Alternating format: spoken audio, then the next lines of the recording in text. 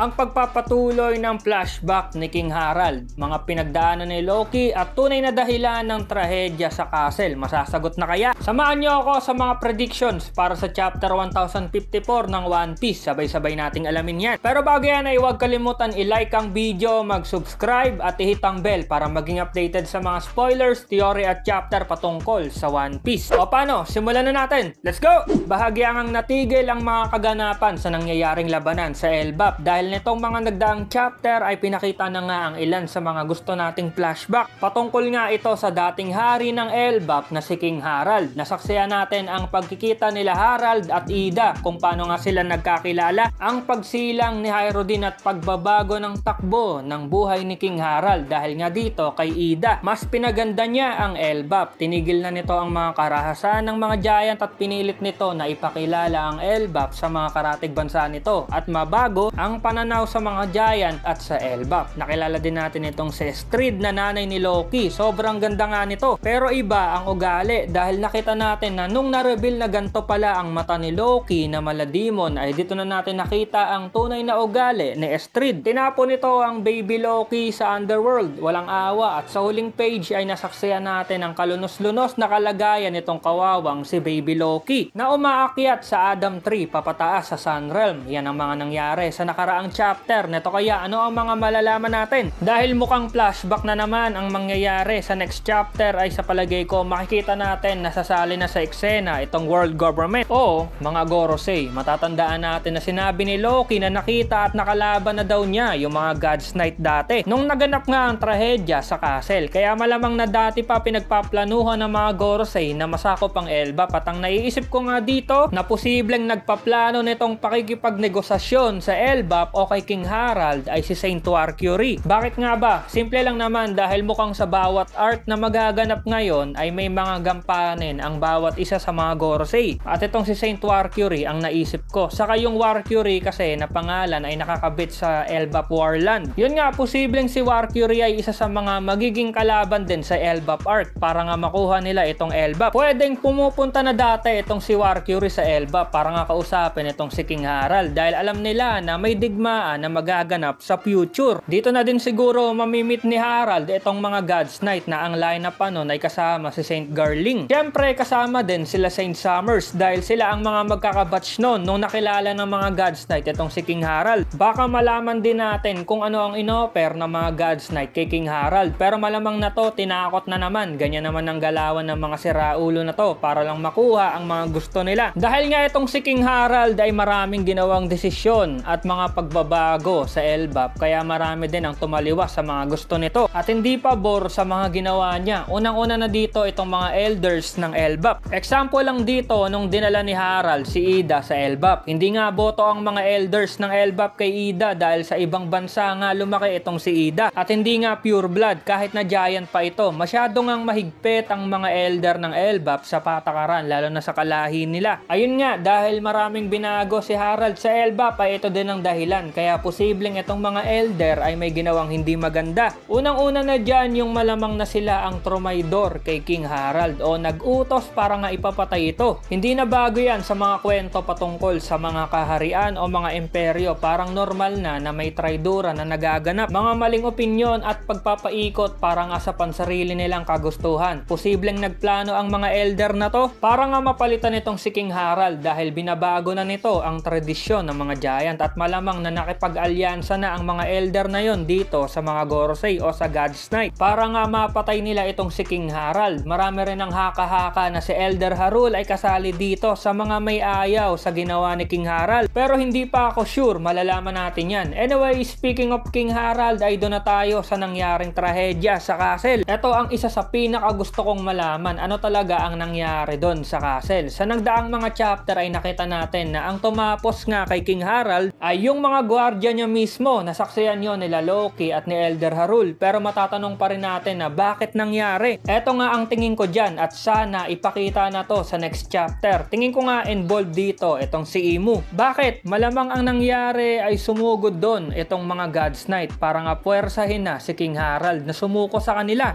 Kaso nga lang matatag talaga itong si King Harald na baka ayaw nitong magpasakop sa world government dahil malamang na alam nito ang mga masasahol na ginawa ng mga yon. ngayon, pang-aalipin at mga pagpatay na ayaw niyang mangyari sa mga mamamayan niya. Syempre itong mga God's Knight, pag gano'n na ang sagutan, pwepwersay nila yan na malamang din kasama nila itong si Imu. O may sinaniba na naman itong ibang miyembro ng God's Knight. Posibleng ang ginawa nitong si Imu ay pinag-transform niya yung mga guards ni Harald papuntang demon form, at ito na mismo yung umatake kay King Harald. Dahil hindi siguro kayang labanan ni Harald yung mga kapwa niya giant sa humantong na to doon sa scene na nakita nila Loki at Helderarul na nasaksak na si King Harald ng mga tauhan niya. Posibleng nangyari to dahil kahit si Loki mismo nasabi na nalabanan na daw niya dati yung mga God's Knight, kaya alam niya yung mga kahinaan ng mga yon. Dito ko na ipapasok yung paglalaban sa castle na may chance na makita na natin next chapter. Posible din na makita natin kung anong devil fruit ang kinain ni Loki noon, na pinagmamalaki pa nga ng mga giant na legendary nga daw na devil fruit. Tatlong klase kasi ang maaaring maging devil fruit ni Loki na malamang mythical Zoan type. Pwedeng world serpent na Jormungandr, yung dragon ng Norse na Nidhogg, o itong Fenrir. Kung ako ang tatanungin ay ang may chance dito ay itong Fenrir. Bakit? Dahil may iniwan nga itong clue na posibleng Fenrir nga ang type ng devil fruit ni Loki. Kung babalikan natin nung pumunta sila Luffy sa castle, ay may kalmot nga doon ng parang aso o ano, at sobrang laki nga nung kalmot na yun na nasa dingding. Para sa mga di nakakaalam, ang Fenrir ay isang mythical creature sa Norse mythology na sobrang laking asong lobo o wolf.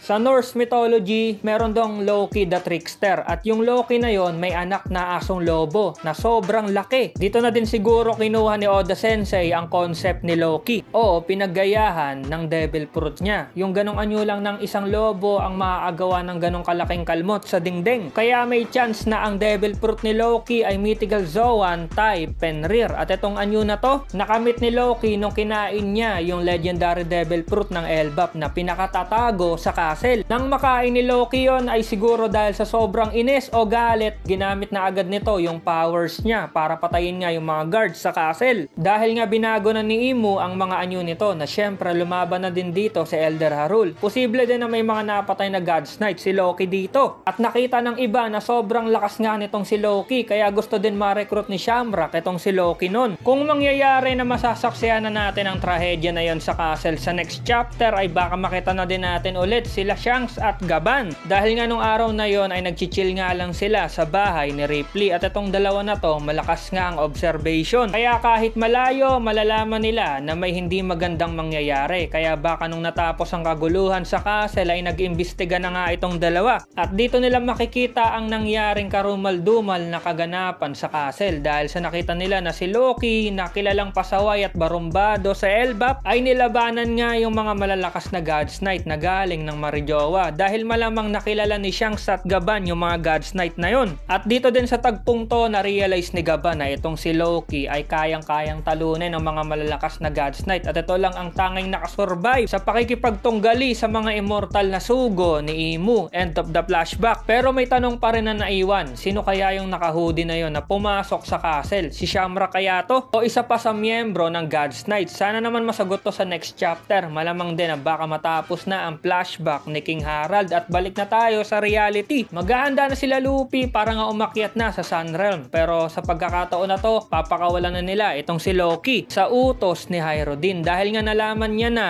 yung totoo na hindi si Loki ang pumatay sa tatay nila, at isang malaking kasinungalingan ang pinakalat ng mga elder patungkol kay Loki na isang kriminal at sobrang sama na giant. Magandang pagkakataon to para makabawi si Loki sa Elbap at mapagtanggol nga ang bansa nila. At nakaka-excite dahil makikita na natin ang pag-rest back nila Luffy. At sa unang pagkakataon, masasaksihan na natin na lumaban itong pinakamalakas na giant sa Elbap ngayon na si Loki. Abangan natin yan. Sa mga nasabi ko na teorya o pananaw ay mas mabuti pa din na abangan na lang natin ang mga susunod pa na chapter. Na-excite lang tayo dahil palupit na ng palupit ang mga nangyayari. Kayo mga katambay, ano sa palagay nyo ang posibleng mangyayari sa parating na chapter? Comment nyo lang sa baba at babasahin ko yan. Salamat sa pagnood at see you sa next video. Over na!